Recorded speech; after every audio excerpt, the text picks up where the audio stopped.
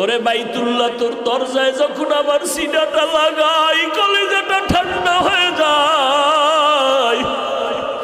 ও বাইতুল্লাহ দুশ্মনের ভয়ে পারি না একটু মোহাব্বত করে সেজদা দিয়া নামাজ পড়ব। আমার আল্লাহর ঘর, আমার আল্লাহর ঘরের দিকে ফিরিয়া নামাজ পড়তে পারি না রে বাইতুল্লাহ। আমার দুশ্মন কলিজাটা ভেঙ্গে যায় রে বাইতুল্লাহ। তোর গায়ে যখন আমি লাব্বাইকের আওয়াজ দিয়ে হাতটা লাগাই কলিজা ঠান্ডা হয়ে যায়। ও বাইতুল্লাহ তোরে রেখে যাইতে মনে চায় না। মদিনার পথে আমার জন্মভূমি, এখান থেকে যেতে মনে চায় না, কিন্তু আমার মালিকের অর্ডার। ও বাইতুল্লাহ আজ আমি চোখের পানি ছেড়ে কান্না করে যাইতেছি। একদিন আমি হাসি মুখে বিজয়ের মালা নিয়ে বাইতুল্লাহ তোমার কিনারায় এসে হাজির হব। মায়ার নবী কান্না করে করে মদিনার পথে রওনা। ওই হেরা গুহা, ওরে গারে সূর, কিছু দূর যাইতে যাইতে মাত্র 2 থেকে 3 কিলোমিটার বাকি গুহার মধ্যে ঢুকবেন। হঠাৎ করে আল্লাহর নবীর পায়ে একটা পাথরের আঘাত লাইগা রক্ত বের হয়ে গেছে। নবীজি এত অসুস্থ, রক্ত বের হচ্ছে, থামে না। মায়ার নবী এমন অবস্থা, হাঁটতে এখন কষ্ট হয়। আল্লাহর নবীর এই অবস্থা দেখে আবু বকর চোখের পানি ছেড়ে বলেন, নবী বেয়াদবি মাফ করবেন, আপনি হাঁটতে পারেন না। আমি বসে গেলাম, আপনি আমার কাঁধের উপরে উঠেন, আমি আপনাকে নিয়ে গুহা পর্যন্ত নেই, সেখানে আশ্রয় নিন। নবী বলেন না। শেষ পর্যন্ত মায়ার নবী এতটা অসুস্থ, পেছনে দুশ্মনের আঘাত, আবু বকরের কাঁধের উপরে উঠলেন। আবু বকর আমার নবীরে নিয়ে 2-3 কিলোমিটার চলে গেলেন, গুহার সামনে দাঁড়াইলেন। আবু বকর ভেতরে, নবীও ভেতরে। নবী এখন আরাম করবেন। আবু বকরের রানের উপরে মদিনার নবী মাথা রাখলেন, আর আবু বকর নবীর বিশ্রামে গেলেন চুপচাপ। আবু বকর নিজের জামার কাপড় ছিঁড়ে ছিঁড়ে ছিদ্রগুলো আটকাইতেছে, না জানি আবার কোনো সাপবিচ্ছু আইসা আমাদের আক্রমণ করে। মায়ার নবী তো বিশ্রামে আছে আবু বকরের রানের উপরে। আবু বকর চুপ করে বসে আছেন, গর্তগুলো জামার কাপড় দিয়ে আটকাইতেছেন। ছিঁড়ে ছিঁড়ে ছিঁড়ে ছিঁড়ে আটকায় দেখে একটা ছিদ্র বন্ধ করার মতো কাপড় নাই। আবু বকর ওই গর্তটার মুখে পায়ের গোনালি দিয়া চাপ দিয়া ধরে রাখলেন, কিন্তু ওই গর্তের মধ্যে একটা সাপ বহুদিন ধরে ছিল, মায়ার নবীকে দেখবে বলি অপেক্ষা করছে। আবু বকর যখন পা সরায় না, ঠোঁট দিয়ে কয়েকটা হালকা ভাবে আক্রমণ করলো। আক্রমণের নিয়ত না, পাওটা সরাও, আমার আশান্বিত নবী বুঝি আসছে, আমি দেখব। যখন পাওটা সরায় না, হালকা ভাবে একটু দাঁত বসায় দিছে। দেওয়া মাত্র বিষে পুরা শরীর জর্জরিত। আবু বকরের বিষ, চোখের পানি পড়া শুরু হয়ে গেল, কিন্তু পা নাড়ায় না। রহমতের নবী রানের উপরে মাথা মোবারক রেখে আছে, পা নাড়ায় না। বেয়াদবি হবে, নবীর ঘুম নষ্ট হবে। মায়ার নবী বিশ্রামে আছেন। হঠাৎ করে অজান্তে আবু বকরের কান্নার চোখের একটা ফোঁটা পানি নবীর উপরে পড়ে গেল। মায়ার নবী তাকায় দেখে আবু বকরের চোখে পানি। নবী বলেন, আবু বকর কি খবর? বলে, নবী এই হালাত। নবী জিহ্বার থেকে মোবারক থেকে লালা মোবারক নিয়ে একটু লাগায় দিলেন, সাথে সাথে বিষ পানি হয়ে গেল। ও আয়েশা, যেদিন আমার ঘরের মধ্যে, মক্কার ঘরে আমি শুয়েছিলাম রাতের বেলা, আমার চারদিকে দুশ্মন, আমার আপনজনেরা তরবারি নিয়ে ঘেরাও দিছে, আমার আজকে রাত্রে হত্যা করে ফেলবো। কতবার আসছে আমাকে জবাই করার জন্য, আজ ওরা ফাইনাল আমাকে হত্যা করেই ফেলবে। আমি পেরেশান, চতুর্দিকে দুশ্মন দাঁড়ায় গেল, সবার হাতে অস্ত্রধারী। আজ আমাকে হত্যা না করে ওরা কেউ বাসায় যাবে না। আমার আল্লাহ পাক বলেন ওয়াল্লাহু ইয়াসিমুকা মিনান নাস। ও নবী, কোরআন হেফাজতের জিম্মাদারি আমি আল্লাহ যেমন এককভাবে নিয়েছি, আপনাকেও হেফাজতের জিম্মাদারি আমি আল্লাহ এককভাবে নিয়েছি। আপনার কোনো ক্ষতি হবে না পয়গম্বর, ধৈর্য ধারণ করেন। এবং প্রস্তুতি তো আগের থেকেই বলা হয়েছে, আজ আর ঘরের মধ্যে থাকা যাবে না, এখনই বের হইয়া মদিনার পথে হিজরত করা লাগবে, আর থাকা যাবে না। মদিনার পথে নবী হিজরতের জন্য রেডি হয়ে গেলেন, কিন্তু চারদিকে দুশমন ঘরের পাশে আটকায় দাঁড়ানো, বের হব কেমনে? আল্লাহ কয় নবী একটু হাতের মধ্যে কিছু বালু নেন, বালু নিয়া আমার কোরআনের আয়াতগুলো বালুর মধ্যে পড়েন আপনার পবিত্র জবানে। মায়ার নবী আল্লাহর হুকুম পাইয়া বালুগুলো হাতের মধ্যে নিয়া মোহব্বতের আওয়াজ দিয়া তেলাওয়াত শুরু করলেন, বিসমিল্লাহির রহমানির রহিম, ইয়াসিন ওয়াল কুরআনিল হাকীম, ইন্নাকা লামিনাল মুরসালিন আলা সিরাতিম মুস্তাকিম, তানজিলাল আজিজির রহিম, লিতুনযিরা কওমান মা উনযিরা আবাউহুম ফাহুম গাফিলুন, লাকাদ হাক্কাল কাওলু আলা আকসারিহিম ফাহুম লা ইউমিনুন, ইন্না জাআলনা ফি আ'নাকিহিম আগলালান ফাহিয়া ইলাল আযকান ফাহুম মুকমাহুন, ওয়া জাআলনা মিন বাইনি আইদিহিম ওয়া মিন খালফিহিম সাদ্দান ফাআগশাইনাহুম ফাহুম লা ইউবসিরুন। আয়াতগুলো পড়িয়া দম করলেন। আল্লাহ বলে নবী আপনি বালুগুলো চারদিকে মারেন।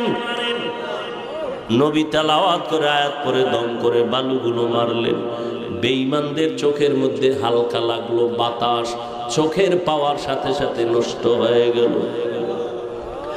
আল্লাহ পাকের অর্ডার এবার নবী বের হয়ে গেলেন, এক টানা গিয়া আবু বকরের দরজায় গিয়া দাঁড়াইলেন। আসসালামু আলাইকুম ইয়া আহলাল বাইত। মায়ার নবীর কণ্ঠের আওয়াজ আবু বকরের কানে লাগতে দেরি আবু বকর বলেন লাব্বাইকা সাদাইকা ইয়া রাসূলুল্লাহ। দরজা খুলে দিলেন। নবী বলেন আবু বকর এত গভীর রাত আপনি কি ঘুমান নাই? আবু বকর বলেন নবী বহুদিন আগে আপনি বলেছিলেন হিজরত করা লাগবে, আমি আবু বকর আপনার সঙ্গী হব। আল্লাহর জাতের কসম করে বলি রে নবী, ওই যেদিন আপনি বলছেন যত ব্যস্তই থাকি না কেন রাতের বেলা ঘরে আইসা আমি দাঁড়াইয়া অপেক্ষা করি, একটা সেকেন্ডের জন্য আমি ঘুম যাই না। কারণ আমি যদি ঘুমায় যাই আর রহমতের নবী আইসা ডাকিয়া যদি আমাকে না পায়, অন্য দিক থেকে দুশমনের আক্রমণ, নবীর উপরে আক্রমণ যদি হয়, নবী যদি চলে যায়, আমি আবু বকরের বেঁচে থেকে কি লাভ?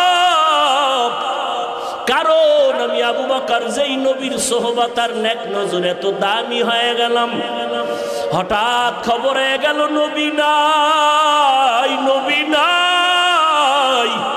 মদিনার নবীর একজন আশিক খেজুরের বাগানে পানি দেয়, হঠাৎ করে কানে আওয়াজ নবী নাই।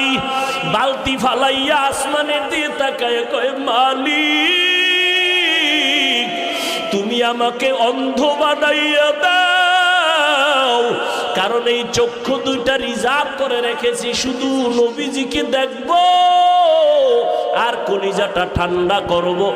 আজ আমার সেই মহব্বতের নবী যদি না থাকে, এই চক্ষু দিয়া অন্য কিছু দেখবো না, তুমি আমারে অন্ধ বানায় দাও।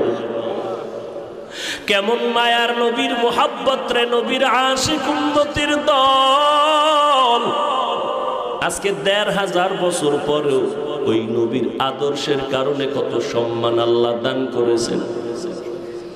নবীর মোহাব্বতের টুপি, নবীর আদর্শের দাড়ি, নবীর আদর্শের পোশাক, আজকে কত সম্মান। যত বড় কাট্টা বেঈমান হোক না কেন, মদিনার পোশাকটা দেখলে সম্মান করার চেষ্টা করে। মদিনার নবীর আদর্শের এত দাম, ১৫০০ বছর পরেও কত বড় বড় বিধর্মীরা নবীর সুন্নতের এই আদর্শ দেখে মুসলমান হয়ে গেল। আবু বকর বলে, নবী আল্লাহর জাতের কসম আমি একটা সেকেন্ড ঘুমাই না, দরজার কিনারায় দাঁড়ায় দাঁড়ায় অপেক্ষা করি নবী এসে কখন আমারে ডাক দিবে, আমি সাথে সাথে যেন জবাব দিয়ে দরজা খুলতে পারি। মায়ার নবী চোখের পানি ছেড়ে কাঁদলেন। আবু বকর, এটা কেমন করে সম্ভব? নবীজির এই কথা আবু বকর বলে, নবী আমার মেয়ে আসমা এও রাতে ঘুমায় না, আমি সারা রাত অপেক্ষা করি, আমার কন্যাটাও নাস্তা বানায় অপেক্ষা করে, মদিনার পথে কে দিবে খানা, আমার মেয়ে খানা নিয়ে অপেক্ষায় থাকে। আমি আবু বকরও যাব, আমার মেয়েটা অপেক্ষা করে। শুধু তাই না, এই হিজরতের পথে নবী বাহন আমি রেখেছি খুঁটির গোড়ায় বেঁধে, এই বাহনটাও কোনো রাত্র ঘুমায় না। মদিনার নবী আসবেন, পথের দিয়ে তাকায় থাকে মক্কার দিকে, নবী আসবেন তারে পেটের মধ্যে নিয়ে মদিনায় যাবেন। এদিক দিয়ে দুশ্মনেরা ঘরের পেছন দিয়ে ভেতরে ঢুকলো, দেখে মুহাম্মদ নাই। এদিকে সময় খুবই কম, দ্রুত নবী আবু বকরকে নিয়ে বের হয়ে গেলেন। হাঁটতেছেন, পাথরওয়ালা পথ, সমতল না, উঁচকুচ পথ, পাথরওয়ালা রাস্তা, হাঁটতে বড় কষ্ট। হাঁটতেছেন, আবু বকর একবার ডানে যায়, নবীর একবার বামে যায়, একবার সামনে যায়, একবার পেছনে যায়। নবী বলেন, আবু বকর আপনি এমন কেন করেন? আবু বকর বলে, নবী দুশ্মনের ভয় আমি ভয় পাই, ডান দিক থেকে না জানি আক্রমণ আসে ডানে যাই, বাম দিক থেকে না জানি আক্রমণ আসে আমি বামে যাই, পেছন দিকে যাই, আবার পেছন থেকে যেন আক্রমণ করতে না পারে, কারণ কোন দুশ্মন যদি আক্রমণের গুলি মারে আমি আবু বকরের গায়ে লাগবে, আমার মায়ার নবীর শরীরে যেন না লাগে, কারণ আমার মায়ার নবীর শরীর এত বরকতের শরীর, যেই নবীর শরীর মোবারকে মশা পড়ে না, মাছিও পড়ে না, হারাম। আবু বকর নবী হাঁটতেছেন দুজনে মদিনার পথে। যাওয়ার বেলায় শেষ সময় বাইতুল্লাহর কিনারায় গিয়ে নবী একটু বিদায় দেয়, কান্না করে, এরে বাইতুল্লাহ আমি তোর জন্য বড় পাগল, বড় আশে, ওরে বাইতুল্লাহ তোর দরজায় যখন আমার সিনাটা লাগাই কলিজাটা ঠান্ডা হয়ে যায়। ও বাইতুল্লাহ, দুশ্মনের ভয়ে পারি না, একটু মোহাব্বত করে সেজদা দিয়া নামাজ পড়বো, আমার আল্লাহর ঘর, আমার আল্লাহর ঘরের দিকে ফিরিয়া নামাজ পড়তে পারি না রে বাইতুল্লাহ, আমার দুশ্মন কলিজাটা ভেঙ্গে যায় রে বাইতুল্লাহ, তোর গায়ে যখন আমি লাব্বাইকের আওয়াজ দিয়ে হাতটা লাগাই কলিজা ঠান্ডা হয়ে যায়। ও বাইতুল্লাহ, তোরে রেখে যাইতে মনে চায় না, মদিনার পথে আমার জন্মভূমি, এখান থেকে যেতে মনে চায় না, কিন্তু আমার মালিকের অর্ডার, ও বাইতুল্লাহ আজ আমি চোখের পানি ছেড়ে কান্না করে যাইতেছি, একদিন আমি হাসি মুখে বিজয়ের মালা নিয়ে বাইতুল্লাহ তোমার কিনারায় এসে হাজির হব। মায়ার নবী কান্না করে করে মদিনার পথে রওয়ানা। ওই হেরা গুহা, ওরে গারে সূর, জাবালে নূর, আল্লাহর নবী আবু বকর সহ দুজন হাঁটতেছেন, অন্ধকার, কোনো আলো নাই, এদিক দিয়ে দুশ্মন ঘরের মধ্যে না পায় রেডি হয়ে গেল, মদিনার পথে লোক পাঠাও, দেখো ওখানে ধরা যায় কিনা। কিছু দূর যাইতে যাইতে মাত্র 2 থেকে 3 কিলোমিটার বাকি, গুহার মধ্যে ঢুকবেন। হঠাৎ করে আল্লাহর নবীর পায়ে একটা পাথরের আঘাত লাগা রক্ত বের হয়ে গেছে। নবীজি এত অসুস্থ, রক্ত বের হচ্ছে, থামে না। মায়ার নবী এমন অবস্থা, হাঁটতে এখন কষ্ট হয়। আল্লাহর নবীর এই অবস্থা দেখে আবু বকর চোখের পানি ছেড়ে বলেন, নবী বেয়াদবি মাফ করবেন, আপনি হাঁটতে পারেন না, আমি বসে গেলাম, আপনি আমার কাঁধের উপরে উঠেন, আমি আপনাকে নিয়ে গুহা পর্যন্ত নেই, সেখানে আশ্রয় নিন। নবী বলেন না। শেষ পর্যন্ত মায়ার নবী এতটা অসুস্থ, পেছনে দুশ্মনের আঘাত, আবু বকরের কাঁধের উপরে উঠলেন। আবু বকর আমার নবীরে নিয়ে 2-3 কিলোমিটার চলে গেলেন, গুহার সামনে দাঁড়াইলেন। গুহার ভেতরে ঢুকবেন, ওদিকে দুশ্মন আসতেছে। আল্লাহর নবী আল্লাহর উপরে ভরসা করে ঢুকে গেলেন গুহার ভেতরে। গুহার ভেতরে যাওয়ার পর দেখে পুরানো গর্ত, চতুর্পার্শ্বে ছিদ্র আর ছিদ্র। ওদিকে গুহার মুখ এত বড়, দুশ্মন আইসা যদি সামনে দাঁড়াইয়া একটু ভিতরে তাকায় আমাকে দেখে ফেলবে। আবু বকর ভেতরে, নবীও ভেতরে। নবী এখন আরাম করবেন। আবু বকরের রানের উপরে মদিনার নবী মাথা রাখলেন, আর আবু বকর নবীর বিশ্রামে গেলেন চুপচাপ। আবু বকর নিজের জামার কাপড় ছিঁড়ে ছিঁড়ে ছিদ্রগুলো আটকাইতেছে, না জানি আবার কোনো সাপবিচ্ছু আইসা আমাদের আক্রমণ করে। ওদিকে ভয়, গুহার মুখে দুশ্মন আইসা দাঁড়াইলে আমগো দেখে ফেলবে। আল্লাহর কুদরত, হঠাৎ করে দেখে দুশ্মন গুহার মুখে আসিয়া দাঁড়ায় গেছে। এই আসতে আসতে না আসতে মুহূর্তের মধ্যে মাকড়সা জাল বলল। দুশ্মন আসতে না আসতে একটা কবুতর এসে ডিম পাড়া শুরু করলো। দুশ্মনেরা নিচে তাকাইলেই দেখে ফেলবে আবু বকরের। হেফাজতের মালিক আমার আল্লাহ। মায়ার নবী তো বিশ্রামে আছে আবু বকরের রানের উপরে। ওরা গুহার মুখে আইসা তাকাইয়া ভিতরে তাকায় না, ডানে বামে তাকায়, হালকা ভাবে নজর দিয়ে দেখে মাকড়সার জাল, কবুতর, এখানে তো কেউ নাই। এরা ওখান থেকে চলে গেল। আবু বকর চুপ করে বসে আছেন, গর্তগুলো জামার কাপড় দিয়ে আটকাইতেছেন। ছিঁড়ে ছিঁড়ে ছিঁড়ে ছিঁড়ে আটকায় দেখে একটা ছিদ্র বন্ধ করার মতো কাপড় নাই। আবু বকর ওই গর্তটার মুখে পায়ের গোনালি দিয়া চাপ দিয়া ধরে রাখলেন, কিন্তু ওই গর্তের মধ্যে একটা সাপ বহুদিন ধরে ছিল, মায়ার নবীকে দেখবে বলি অপেক্ষা করছে। আবু বকর যখন পা সরায় না, ঠোঁট দিয়া কয়েকটা হালকা ভাবে আক্রমণ করলো। আক্রমণের নিয়ত না, পাওটা সরাও, আমার আশান্বিত নবী বুঝি আসছে, আমি দেখব। যখন পাওটা সরায় না, হালকা ভাবে একটু দাঁত বসায় দিছে।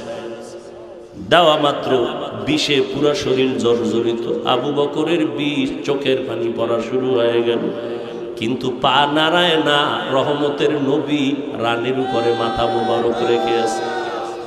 পা নাড়ায় না, বেদবি হবে, নবীর ঘুম নষ্ট হবে। মায়ার নবী বিশ্রামে আছেন।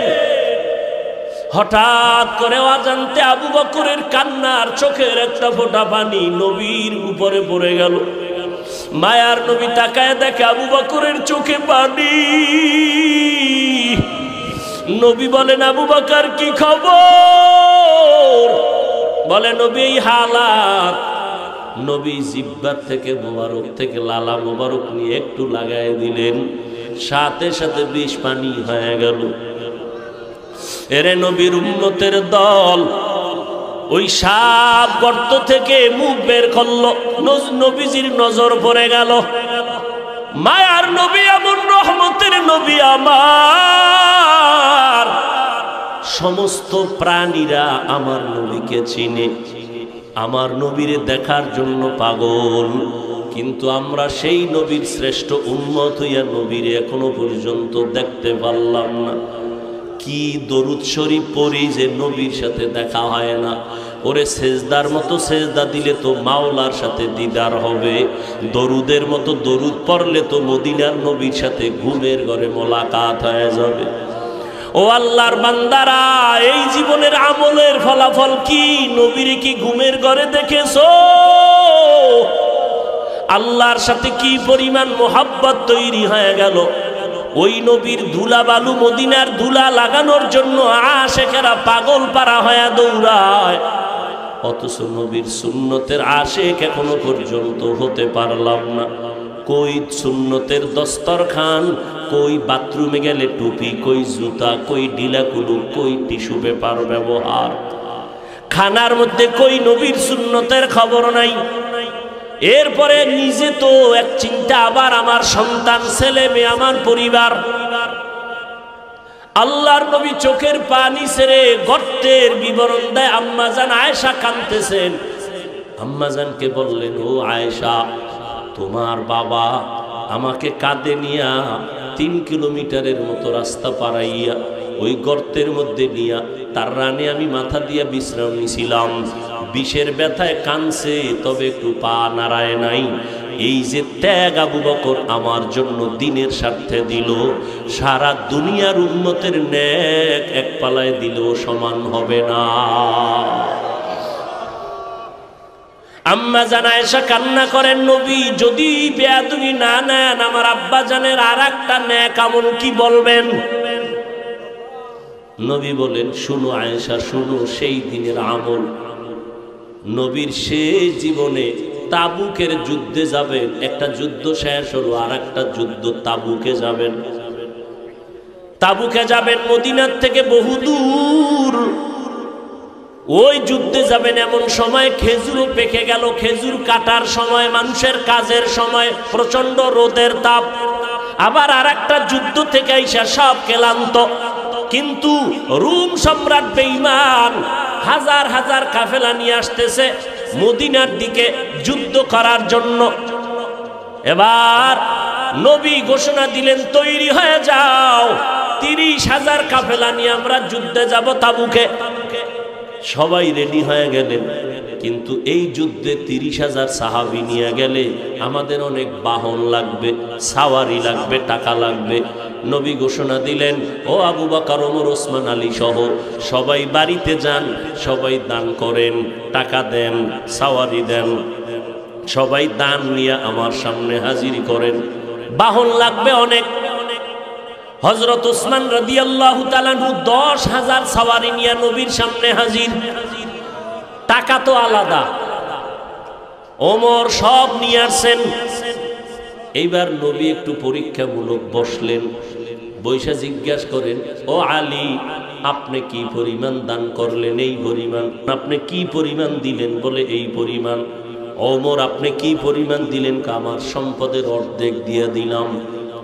ওমরের মনের মধ্যে একটা আশা, আজকে আমি এত বেশি দান করব, নবীর দোয়াটা আমি আগে পেয়ে যাব। ওমরেরও আশা, বেশি দান করব, দোয়াটা পাবো। ওসমানেরও আশা। নবী সবাই জিগাইলেন, এই আলী কি পরিমাণ দিলেন? ওসমান কি পরিমাণ দিলেন? ওমর কি পরিমাণ দিলেন? আবু বকরকে নবী কয়, ও আবু বকর, আপনি বাড়িতে কি পরিমাণ রাখলেন? হযরত আলীকে বললেন, কি পরিমাণ নিয়ে আসছেন? ওসমানকে বললেন, কি পরিমাণ দান করেছেন?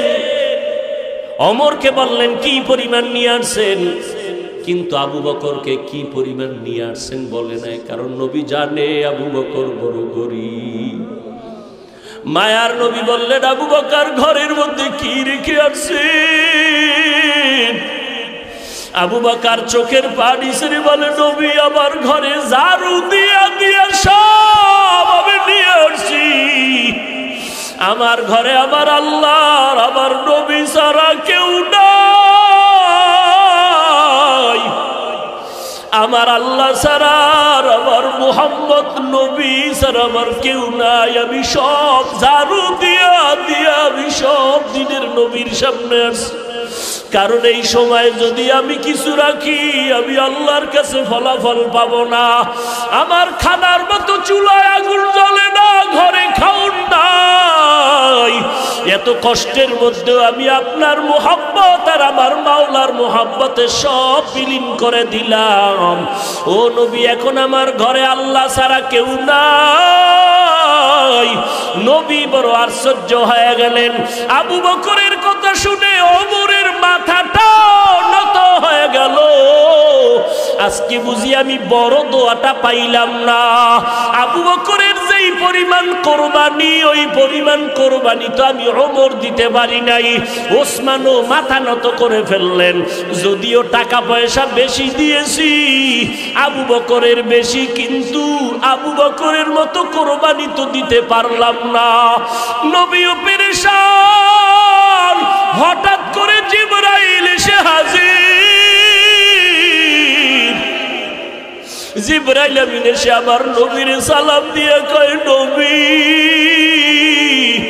আমার আল্লাহ প্রতিদিন আপনাকে সালাম জানায়। আজ আমার আল্লাহ আপনাকে সালামের সাথে সাথে আল্লাহ পাক আজকে আবু বকরকে আলাদা করে সালাম দিয়েছেন। এবং আল্লাহ জানতে চেয়েছেন, আবু বকর আপনার মনের কি হালাত? নবী বলেন, আবু বকর কপাল আপনার ধন্য। আল্লাহ তাআলা জিবরাইল পাঠাইয়া বলেছেন, আল্লাহ আপনাকে সালাম দিয়েছেন। আবু বকর কান্না করে করে পাগলের মতো, আবু বকর আপনার মনের কি হালাত আল্লাহ জানতে চেয়েছেন। আবু বকর কান্না করে বলেন, ও দয়ার নবী, আমি ছিলাম মক্কার ভিতর একটা জাহান্নামের আসামি। কে জানতো, কে চিনত আমি আবু বকরকে? আমারে তো কেউ জিগাইতো না। আজ আমি আপনার সোহবতে আসার পর আল্লাহ আমাকে এত সম্মান দান করেছেন আপনার সোহবতের কারণে, যে আল্লাহ আজ আমাকে সালাম পর্যন্ত পাঠায় দিছেন। মায়ার নবী কান্না করে বলে, রে আয়েশা, আবু বকরের এই 2 দিনের কোরবানি যদি এক পালায় দেওয়া হয়, আমার অন্য উম্মতের নেক যদি অন্য পাল্লায় রাখা হয়, আবু বকরের সমান হবে না। ও নবীর আশিক উম্মতের দল, এত দামি আবু বকর, কিন্তু তার জীবনের ইতিহাস বড় কান্নার আওয়াজ। মায়ার নবী রাতের বেলা ঘর থেকে বের হলেন। হুজরা থেকে বের হয়া মসজিদে নববীর কিনারায় হঠাৎ শুনে কান্নার আওয়াজ। শুনতেছে কান্নার আওয়াজ, গভীর রাত। নবী হালকা ভাবে নজর দিয়ে দেখে তার সাহাবী আবু বকর তাহাজ্জুদে দাঁড়ায় দাঁড়ায় কান্না করতেছে। সে আওয়াজ আসতেছে। নামাজ শেষের পর আল্লাহর নবী বললেন, আবু বকর আপনি কাঁদলেন কেন? আবু বকর বলে, নবী, হাসরের ময়দানের ভয়ে আমি কান্না করেছি। বলে, কেন কান্না? আপনার তো জান্নাতের টিকিট আল্লাহ দান করেছেন। আবু বকর বলে, নবী, যদি আল্লাহ রাগ করিয়া টিকিট ক্যান্সেল করে দেয়, তখন আমার উপায় কি হবে রে নবী? আপনিই তো হাসরের ভয়ঙ্কর অবস্থার বয়ান করেছেন। কিয়ামতের ময়দান হবে নাকি বড় ভয়ঙ্কর ময়দান। সূর্যটার আলো বন্ধ হয়ে যাবে, ওদিকে সমুদ্রের পানি গরম হয়ে যাবে। আল্লাহ তাআলা রাগান্বিত আওয়াজ দিয়ে বলবেন, ওয়ামতাজুল ইয়াউমা আইয়ুহাল মুজরিমুন, ও গুনাহগারের দলেরা, নেককারদের থেকে তোমরা আজ আলাদা হয়ে যাও। নেককারদের আমলনামা ডান হাতে দিব, গুনাহগারদের আমলনামা বাম হাতে দিব। অন্যদিকে সূর্যের গরম, আবার জাহান্নামের চিৎকারের আওয়াজ। জাহান্নামের আওয়াজে জাহান্নাম চিল্লায় বলবে, আল্লাহ, বেনামাজি গুনাহগার গুলো কই? সব আমার পেটে দাও। জাহান্নামের আওয়াজে হাসরের ময়দানটা থরথর করে কেঁপে উঠবে। ও নবী, আপনিই বলেছেন যে নবীদের কোনো গুনাহ নাই, নবীরা পর্যন্ত নাফসি নাফসি নাফসি বলে কান্না করবেন। উম্মতের কথা সবাই ভুলিয়া যাবেন। ও মায়ার নবী, ওই সময় কঠিন এক হালাত, কান্না করে করে মানুষের চোখের পানি শেষ হয়ে যাবে, রক্ত পড়া শুরু হয়ে যাবে। ও নবী, আপনি হাসরের ময়দানের ভয়ঙ্কর অবস্থার কথা বলেছেন। আম্মা জান আয়েশা বলেন, আমি দেখি আমার মায়ার নবী একদিন আমার হুজরায় বসে গুনগুন করে কান্না করেন। আমি বললাম, নবী কেন কাঁদেন? বলে, আয়েশা, হাসরের ময়দানের ভয়ঙ্কর আযাবের কথা মনে পড়েছে। কাছে কান্না করি। কেমন আযাব হবে আয়েশা জানোনি? নবীদের কোনো গুনাহ নাই, তারা নাফসি নাফসি বলে কাঁদবেন, উম্মতের কথা ভুলিয়া বলবে আল্লাহ আমাকে বাঁচাও, আমাকে বাঁচাও। মূসা নবী কাঁদবেন আল্লাহ আমাকে বাঁচাও, ঈসা নবী কাঁদবেন আল্লাহ আমাকে বাঁচাও। আপন আপন বলতে কেউ ওই সময় আপন হয়ে যাবে না। আল্লাহর নবীর এই কান্না দেখে আম্মা জান আয়েশা বলেন, আমি আমার নবীকে প্রশ্ন করলাম, নবী সমস্ত নবীরা নাফসি নাফসি বলে যদি কান্না করে, আপনি তো দোজাহানের সরদার, আপনি তখন কি করবেন? নবী বলেন, আয়েশা আমি তখন সহ্য করতে না পারিয়া আমি সাথে সাথে আমি মাওলার দরবারে মাকামে মাহমুদে সিজদায় পড়ে কাঁদবো। একবারও বলবো না আমাকে বাঁচাও, আমি শুধু বলবো আল্লাহ আমার উম্মতের বাঁচাও, আমার গুনাহগার উম্মতগুলো বাঁচাও। একটা উম্মত যেন জাহান্নামে না যায়, জাহান্নামে গেলে আমি জান্নাতের ময়দানে যাব না। আম্মা জান আয়েশা বলেন, নবী তখন কি হবে? আম্মা জানের জবাবে নবী বলেন, আয়েশা আমার কান্না দেখে আল্লাহ দয়া করে বলবে, নবী আপনি কাঁদবেন না, মাথা উঁচু করেন, আর আপনার উম্মতগুলো ধরে ধরে জান্নাতের ময়দানের দিকে নিয়ে যান। আল্লাহর অর্ডার পাইয়া আমি তখন আমার উম্মতগুলো বাছাই করে করে জান্নাতের দরজায় নিব। আম্মা জান আয়েশা প্রশ্ন করলেন, নবী কোটি কোটি মানুষের ভেতরে আপনার উম্মতগুলো কেমনে চিনবেন? আমার মায়ার নবী বলেন, ও আয়েশা আমার উম্মতেরা যারা 5 বেলা রোজু বানাইয়া সিজদা করেছে, নামাজ পড়েছে, কিয়ামতের কঠিন সময়ে তাদের ওযুর অঙ্গগুলো নূরের আলোতে ঝলমল করতে থাকবে। আমি নবী দেখে দেখে তাদেরকে জান্নাতের ময়দানে নিয়ে যাব। আমি আল্লাহর নবী তাদেরকে না নিয়ে জান্নাতে যাব না। ও পর্দার আড়ালের আম্মা জানেরা, আপনারা তো নবীদের মা, সাহাবায়ে কেরামের মা, আউলিয়ায়ে কেরামের মা, হাফেজে কোরআনের মা। আপনারা খাদিজা রাদিয়াল্লাহু আনহার মতো নারী, আয়েশা রাদিয়াল্লাহু আনহার মতো নারী, ফাতেমা রাদিয়াল্লাহু আনহার মতো নারী কয়দিন আর দুনিয়াতে বাঁচবেন? ও যুবক, ওই মা বাবার দোয়া নিয়ে সামনে আগাও, নবীজির সুন্নতের মালা গলায় লাগাও। মরিয়া গেলে যাবা, নামাজ ছাড়বা না, বেপরদায় চলবা না। একটা সেকেন্ডের জাহান্নামের আযাব সহ্য করার শক্তি কারো নাই।